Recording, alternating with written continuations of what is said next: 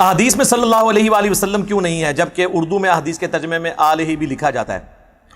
احادیث میں نبی علیہ السلام سے تو یہ نہیں ہے صلی اللہ علیہ وآلہ وسلم، محدثین نے لکھا ہے۔ نبی صلی اللہ علیہ وآلہ وسلم سے یہ جو درود ثابت ہے وہ صحیح مسلم میں ہے، صلی اللہ علیہ وسلم عیسیٰ ابن مریم کے بارے میں آپ نے کیا۔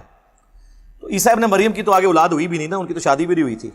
آل کے ساتھ دروشی بھی اس لیے لگاتے ہیں کہ بخاری مسلم دونوں میں حدیث ہے کہ جب یہ آیت نازل ہوئی ان اللہ و ملائکتہ یصلون علی النبی، تو صحابہ نے پوچھا کہ یا رسول اللہ اس میں آیا کہ سلام پڑھو، تو سلام تو آپ نے ہمیں سکھا دیا، السلام علیکہ ایھا النبی، ہم آپ اور آپ کے اہل بیت پہ درود کیسے پڑھیں؟ اب حضور نے آگے سے نہیں کہا بھئی قرآن میں تو صرف مجھ پہ درود پڑھنے کی بات آئی ہے تو تم میرے اہل بیت کا ذکر کیوں کر رہے ہو؟ صحابہ کو پتہ تھا کہ نبی علیہ السلام اور اہل بیت ایک ہی آرگینک ہول ہے، محمد اور آل محمد۔ کیوں؟ پہلے اللہ نے بنو اسرائیل کو چنا تھا، یا بنی اسرائیل اذکروا نعمتی التی انعمت علیکم وانی فضلتکم علی العالمین، سارے جہان والوں پر حضرت یعقوب کی اولاد کو اللہ نے فضیلت دی تھی، تو محمد رسول اللہ کی اولاد کو سارے جہان والوں پہ فضیلت نہیں ہوگی؟ محمد اور آل محمد۔ تو صحابہ کو پتا تھا، اسی لیے ان کا کہ ہم آپ اور آپ کے اہل بیت پہ کیسے درود پڑھیں، تو آپ نے پھر درود ابراہیمی سکھایا، اللہم صلی علی محمد وعلی آل محمد کما صلیت علی ابراہیم۔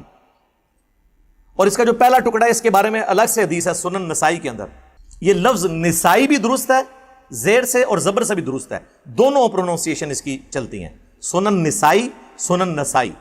سنن نسائی کے اندر حدیث ہے، زید بن خارجہ کہتے ہیں مجھے نبی علیہ السلام نے وصیت کی تھی کہ مجھ پر درود کو لازم کر لو اور خصوصاً اپنی دعاؤں میں پڑھا کرو اللہم صلی علی محمد وعلی آل محمد، بس اتنا۔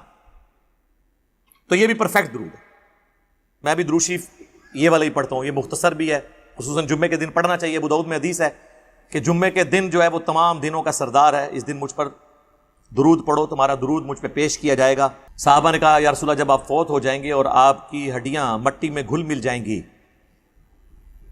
تو کیا اس وقت بھی درود پیش ہوگا؟ تو آپ نے فرمایا ان اللہ حرم علی الارض ان تأکل اجساد الانبیاء، بے شک اللہ نے حرام کر دیا ہے مٹی کے لیے کہ وہ نبیوں کے جسموں کو کھائے۔ یعنی جمعے والے دن اسپیشلی رسول اللہ کی بارگاہ میں دروشی پیش ہوتا ہے جو دروشی پڑھنے والے ہیں، کم از کم 100 دفعہ تو دروشی پڑھیں نا جی۔ وہ مجموع زوائد کے اندر حدیث موجود ہے نا کہ جو شخص 100 دفعہ دروشی پڑھتا ہے نا، اللہ تعالیٰ اس کی دونوں آنکھوں کے درمیان لکھ دیتا ہے کہ یہ بندہ منافقت اور دوزخ کی آگ سے بری ہے، اور قیامت والے دن اسے شہیدوں کے ساتھ اٹھائے گا۔ صلاۃ بر محمد وآل محمد، اللہم صلی علی محمد وعلی آل محمد۔ اور مجموع زوائد میں ایک اور حدیث ہے کہ جو صبح شام 10 دفعہ دروشی پڑھ لے میری شفاعت اس کے لیے حلال ہو جائے گی، اللہم صلی علی محمد وعلی آل محمد۔ تو دروشی پورا ہی لکھنا چاہیے صلی اللہ علیہ وآلہ وسلم، یہ رسول اللہ کو پسندیدہ ہے، افضل یہی ہے۔ میری کوئی 5-6 سال پرانے کی جو ویڈیوز ہیں اس میں تو میں صلی اللہ علیہ وسلم ہی کہتا تھا، پھر مجھے ایک بھائی نے سعودی عرب سے کال کی تو وہ کہنے لگے آپ وآلہ بھی ساتھ لگایا کریں، نبی علیہ السلام کو یہ پسندیدہ ہے۔ پھر میں نے اس کے بعد سے شروع کیا۔ اہل تشیع کے ہاں تو اس چیز کا اہتمام ہوتا ہے، سنی تو صلی اللہ علیہ وسلم ہی کہتے ہیں۔ ایون دیکھ لیں کہ بریلویوں میں بھی آپ کو الیاس قادری صاحب نظر آئیں گے نا تو وہ بہت دروشی پڑھاتے ہیں، لیکن وہ بھی آلہ کے بغیر ہی پڑھتے ہیں۔ سمجھ لیں ایک ٹرینڈ کے طور پہ ہی وہ ایک معاملہ چلا ہوا ہے نا، اس لیے غلط ہے۔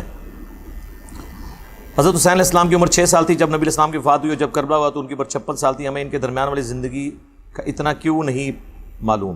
اگر آپ کہیں روزانہ کی ایک زندگی کے معمولات، وہ تو نبی علیہ السلام کے بھی اتنی تفصیل کے ساتھ او یار اتنی کون سی آگ لگی ہوئی ہے یار، بند کرو یار۔ یہ تو سارے وہ ہیں جو کہتے ہیں تیرے ہوتے جنم لیا ہوتا، مجھے تو پنکھے بھی بند کروا دینے چاہیے ان کے، اتنا نہ نازک بڑھاؤ، تو پہ اتنا نہیں بیٹھے۔